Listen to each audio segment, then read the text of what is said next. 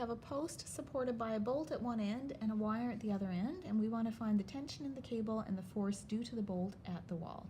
We know the mass of the post, but we don't know the length of the post. So let's start with a free body diagram, drawing the forces where they occur. So our post comes down this way. The forces we have are a tension force. Let's try and be careful with the angles here. The tension force is up at 30 degrees above the horizontal, because that's given in the picture. And if we're going to put in the angle of the post, that's 65 degrees relative to the vertical, because that's given in the picture. So we have the tension force pulls on it. We have the weight force that's going to act right from the middle. That's going to pull down on it. So there's our weight.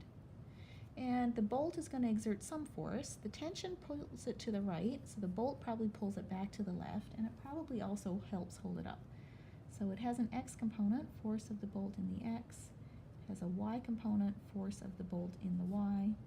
Together they give a net force that points up and left, force of the bolt. So there's our free body diagram. Let's take each of our forces and break it into X and Y components in a table. So we have the tension force, we have the weight force, and we have the bolt force.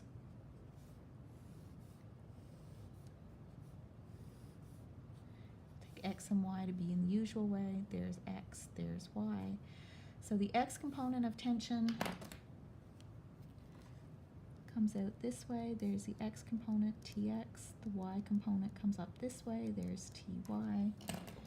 So the X component is adjacent to our 30, it points right, so it's positive, so we get T times cosine 30 degrees. The Y component points up, so it's positive. It's across from the 30 degrees, so it's opposite, so we use sine, T times sine 30. The weight vector points straight down, it doesn't have an X component, and the Y component is negative, mass of the post times gravity. And the force due to the bolt, we don't really know much about that, except we assume that the X component is going to be negative and the Y component is going to be positive.